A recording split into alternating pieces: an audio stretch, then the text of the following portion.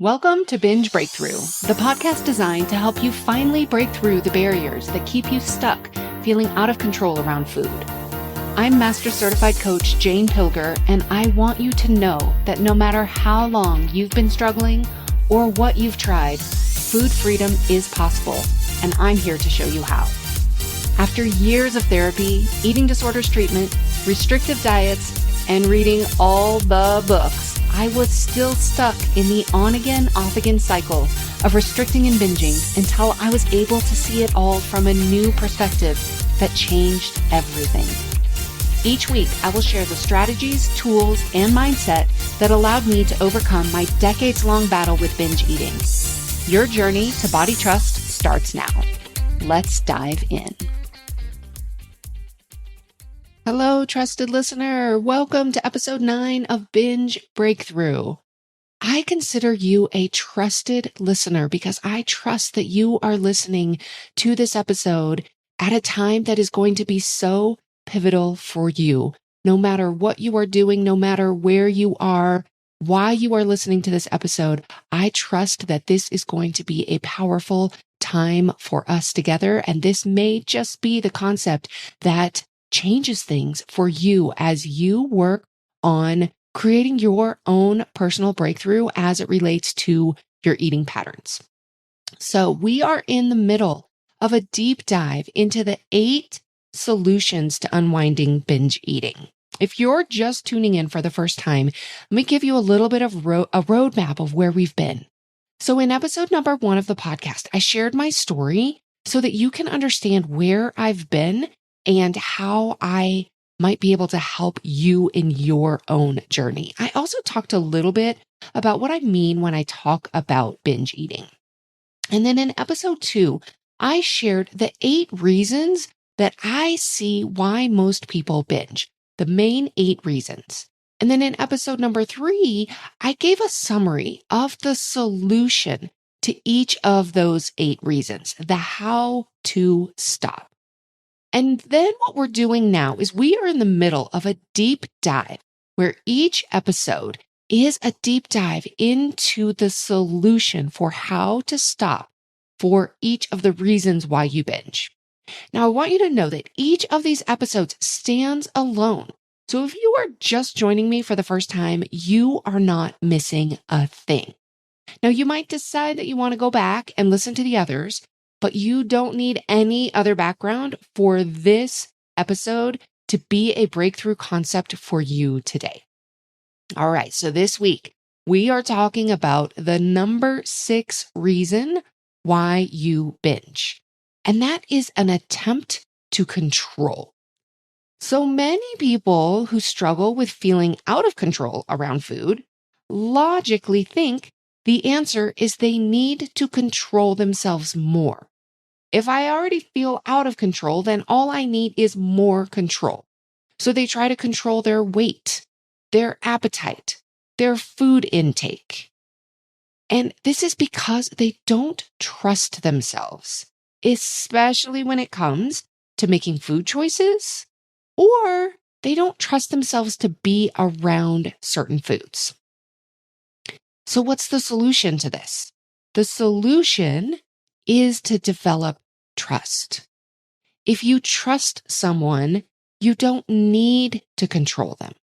And what happens is that when we attempt to control, when we don't trust and we have this attempt, we're trying to control so hard. In that attempt to control, we're actually creating more of the out of control feeling. So it makes a lot of sense that logically, oh, well, I feel out of control. I just need more control. It's actually the opposite is true. You need more trust. You don't need more control. If you needed more control, your attempts to control would be working. So I want to offer to you that trust is actually what you need. It's not more control. It's more trust. Okay, so what is trust? If you listened to last week's episode where I talked about emotional capacity, I talked about one of my favorite resources, which is Word Hippo. Word Hippo is you can get an app. You can get it on the internet, and it basically will give you definitions of words. It will give you synonyms of words. If you are a crossword person, Word Hippo is a great resource also. But I love to go to Word Hippo. And so, of course, I go to Word Hippo to look at the definition for trust.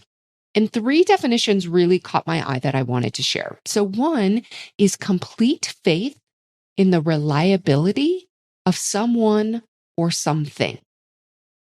A second definition was the protective care or guardianship of someone or something. And the third definition was to have faith in. And I loved all 3 of these, especially when it comes to trusting yourself, trusting your body. So number 1, complete faith in the reliability of someone or something. Now, this does not mean that your body has to be perfect or that you have to fully rely on the reliability of your body, because our bodies are going ever changing, always and ever changing.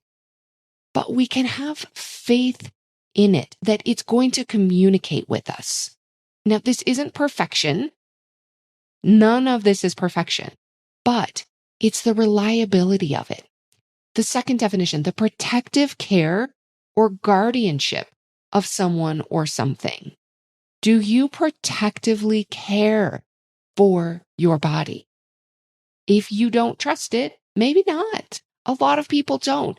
But when you do have that protective care, it's so powerful to have faith in.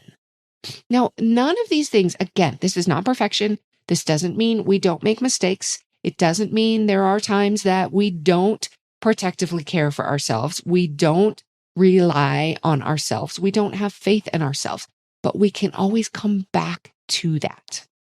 So now that we have some basic definitions of trust, how is trust developed? Trust is not developed right away. This is not a switch that we just turn on a switch and all of a sudden we have trust. It's developed generally over time. But I want you to think about this. As I talk about trust and how it's developed, I want you to think about how it's played out for you personally. Think about someone in your life that you trust. The person, if you could think of the one person in your life that you trust the most, do you have that person in mind? Now, if you had a hard time coming up with somebody in your life that you trust, that is very important information. This is not a bad thing. It doesn't mean something's wrong, but this is very valuable information. So you can start to get really curious. Wow, do I have a hard time trusting anybody? If so, if trust is a very difficult concept for me, it's something that I have a hard time building, developing. How does that make sense? Why do I think that trust is challenging for me? Now, if you are somebody who does trust somebody, who has at least one person in their life who they very much trust, think about that. I want you to think about this person. Did you trust them right away? Or did it build and develop over time? It's very likely that it happened over time. Now, the reality is that trust is a decision. We make a commitment, we make a decision, and then we start developing it. Then we start taking steps, consistent steps over time to create that trust. But many of us don't make that decision right away. It's something that happens over time. It develops over time through experiences. Here are the key components to developing trust: respect, open communication, consistency, expressing your feelings, and vulnerability. Now, if you're thinking about trust with somebody else, you can likely think, and you do have somebody who you trust deeply, it is likely that all of these components are present for you: respect, open communication, consistency, expressing your feelings, and vulnerability. It is likely that all of those are present in that relationship. Now, let's look at your relationship with yourself. Respect. Do you respect your body? Open communication. Are you openly communicating with your body? Remember episode number 7, we talked about how to connect with your body. We talked that the body is always communicating with us. We just aren't always listening. So that open communication, it is part of developing trust. Consistency. Are we doing these things? Are we having respect and open communication? Are we doing these things on a consistent and regular basis? Or are we checking out? Are we disconnecting more than we are connecting? What about expressing your feelings? This goes back to the last episode number 8, where we talked about expanding your emotional capacity, your ability to express your feelings. This starts with just knowing what you're feeling, being able to check in, to name your emotion, to see what it feels like in your body, to inquire with yourself to see what you might need. Expressing your feelings. Vulnerability. Vulnerability is when we open ourselves up, when we might expose something that we typically don't want to expose. Now, when you do this with yourself, it's going to be, some of this might literally be, it might be very vulnerable for you to expand your emotional capacity, to turn inwards, to attempt to connect and see what's going on for you, to invite yourself to a tablespoon more of emotion than generally feels comfortable for you. Each of these ways is how we develop trust. And it's how we develop trust with other people, but also with ourselves. So we're talking about, with self-trust, we're talking about developing trust with ourselves and also trusting our bodies. So these are all such key components: respect, open communication, consistency, expressing your feelings, and vulnerability. When it comes to self-trust, our awareness is so important. The awareness of what's happening, our thoughts, our feelings, and the ability to express and to communicate them. It's this trust in your own ability to handle whatever arises. So as you do the work that we talked about in the last 2 episodes, connecting with your body, communicating with your body, expanding your emotional capacity, you are building trust with yourself. The other way that you build trust and you develop trust, it's by honoring your commitments to yourself, by setting boundaries. Those boundaries might look like what you tolerate for yourself, what you tolerate from yourself, from other people. What are those boundaries that you want to set for yourself? The other component that's so important is being kind to yourself. Think back to that person you have in mind who you have trust with. Is there kindness between yourself and that person? Are you their biggest advocate? You want to become your own biggest advocate. Now, we talked about this is not perfection. So what happens when trust is interrupted? I love thinking about this as an interruption of trust. You might hear out there, you might hear like a breach of trust, or my trust has been broken. That sounds very permanent, and it sounds very harsh. I like to think about it as trust being interrupted. So this isn't black and white. And remember, those of us who struggle with binge eating, we can often have black and white thinking. Trust is not black and white. It is not on or it's off. So trust is developed. If there is an interruption in trust, it doesn't mean that it's broken, that it has been breached, that it's not possible, or that it's not available. It just means it has been interrupted. Consider it like your Wi-Fi signal. Sometimes our Wi-Fi signal gets interrupted. We don't make that mean a big thing. We know there's a drop in the signal. We need to fix it. So we can go to work on, the interruption, but we can bring that signal back.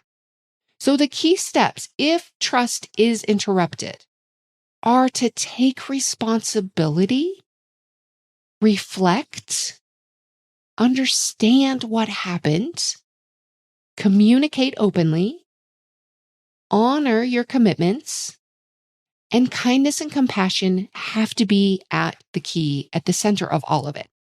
Okay, so let's put this into practice. What would this even look like?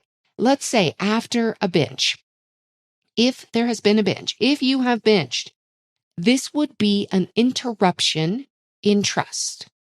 So what are you going to do after a binge? What are you going to do? You are going to take responsibility for it. Okay, I made this choice.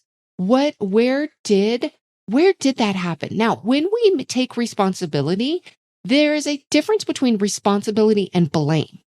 We don't have to judge ourselves. We don't have to blame ourselves, but we can see that there was a decision made. Now, sometimes it doesn't even feel like a decision when it comes to binging. That absolutely is the experience, that it feels like it wasn't even a decision. But as you go through this process and over time, you reflect on what happened, you can see, okay, I can actually see where I made that choice, where I might have even started to think about binging what I might eat way before the food actually entered my mouth. I can see, this reflection of when did that all even start? We reflect on it, understanding it. This whole thing of understanding, it goes back to the number one reason and the number one solution. The number one reason why we binge is shame and judgment about the behavior. As we're looking back on an interruption in trust, if we're looking back at a binge, we have to remember step number one, which is removing the shame and judgment, and it's understanding. So we want to understand why, how does this make sense? And then this open communication, we want to communicate openly with ourselves. It does not have to be the beat down and the shame and the judgment. Think back to the other person, the person you have that you trust. If you can think about that person and there is an interruption in trust with that person, what do? The most effective communication is going to be open communication, discussing what happened, reflecting on it. It's not going to be blaming, shaming, judging. None of us respond well to that type of communication. You aren't going to respond well to that yourself either.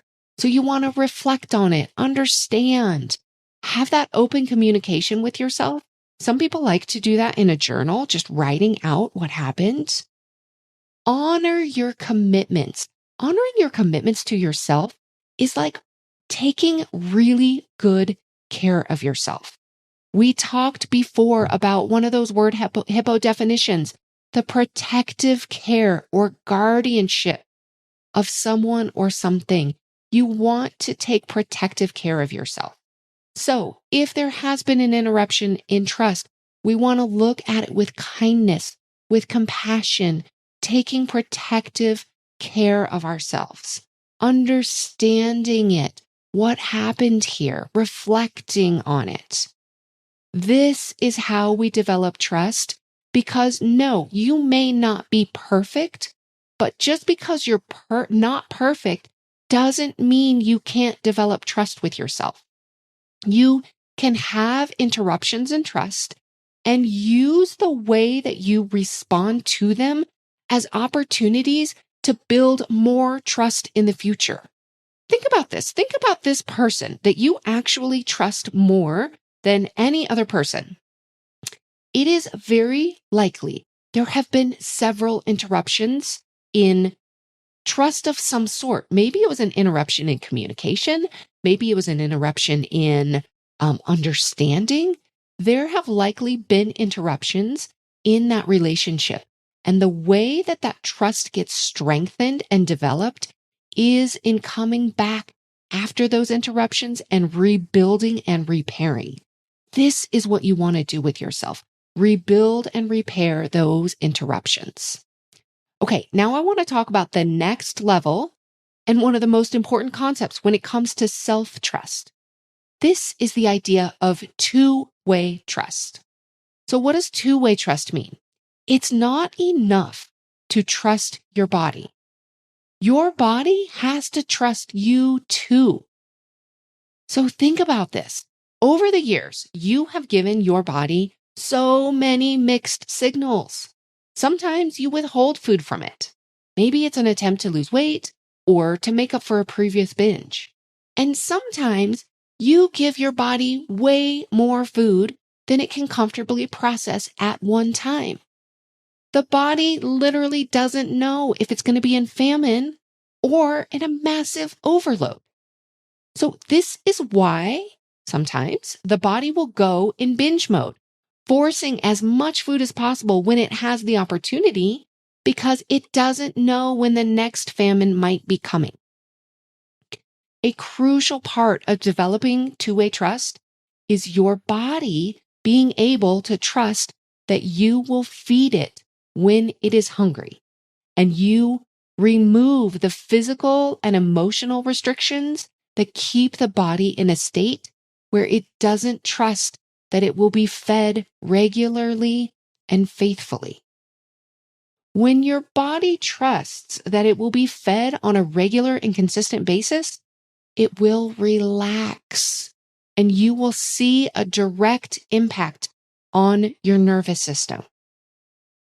We talked about the nervous system in a previous episode and how that is such a key and important part of stopping binge eating, understanding, regulating your nervous system. We also talked about those physical and emotional restrictions in a previous episode. You're beginning to see where all of these solutions, they all work together. They come together to work so that you can unwind your binge eating patterns. You can trust your body to communicate with you and to tell you what it needs. And when your body trusts that you will listen and respond to this communication, you will both be in partnership with each other, seeking to honor each other's needs and desires. You are honoring your body, you are honoring your body, and you are trusting your body. You're trusting your body to communicate. Your body is trusting you to respond. And all of this, it happens from a place of connection, communication, consistency, kindness, and compassion. It does not happen from shame, blame, judgment, frustration. No, it's connection, communication, consistency, kindness, and compassion. So there's one other component of trust that I work on with my clients. It's this trust from the younger part of you. You know, they're that one who is often behind the secret eating, the binges. Have you ever had that experience where you look back on a binge and it doesn't even seem like that person who was eating in that way was even you? Maybe it was a younger version of you, the one who's just scared or just wants to be loved. Maybe it's a teenage version, the one who wants to rebel. For me, I could tell based on what I was eating and how I was eating, if it was a younger part of me or an older part, that more rebellious teenager part. Now, this is more than we're going to dive in on today's episode, but I mention it because it can be a relief to know that this is very common. Feeling like there's a younger part of you that's behind those binges. And there are very powerful tools to address this part and to help them get to a place of safety and trust where they no longer feel that need to disconnect through food. Trust is such a key component to unwinding binge eating. If you don't develop trust with yourself and your body, and that two-way trust where your body is also trusting you, it's not likely that you will experience the lasting food freedom that you desire. Now remember, this takes time. Trust is absolutely a decision, but trust is developed. As you continue to practice these skills that you are learning on this podcast, you will naturally be building trust with yourself.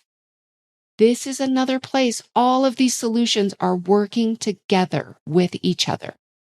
With commitment, consistency, connection, communication, and compassion, you can develop the two-way trust that is necessary to unwinding binge eating. If you are loving this deep dive into the 8 reasons why you binge and how to stop, and you want to know how to take them to the next level so you can have your own personalized approach to these answers, I'm developing something amazing for you. And if you want to make sure you are one of the first people to hear all of the details, I want you to go to bingebreakthrough.com/blueprint to have this information sent straight to your inbox when it's available. That's bingebreakthrough.com/blueprint. All right, that's what I have for you today. Be sure to tune in next week where we are going to dive deep into the number 7 solution for how to stop. It's breaking the habit. You won't want to miss it. I'll see you then. Thank you for listening to Binge Breakthrough. If you would like to dive even further into these concepts that will help you break through your barriers to food freedom, come to my next masterclass. I take the ideas you learn about on the podcast to the next level in a way you may have never heard before. Sign up at bingebreakthrough.com. I hope to see you there.